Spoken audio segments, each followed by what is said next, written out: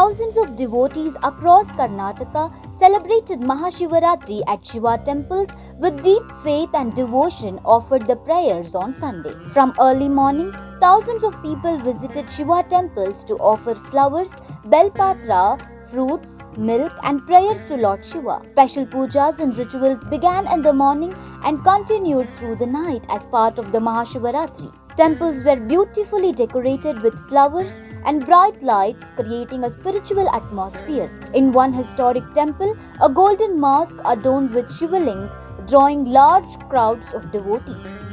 The sacred mask, known as Chinnada Kolaga, was originally donated by the last Maharaja in the year 1953 to mark the birth of his son. Rudrabhisheka and other important rituals were performed in Shiva temples across the state. Members of royal family Pramoda Devi Vadayar also offered the prayer, and the wife of D.K. Shivakumar, Usha, also took part in the celebration. Salur Mutt arranged free meals for more than 50,000 devotees, while cultural programs and bhajans were organized throughout the night.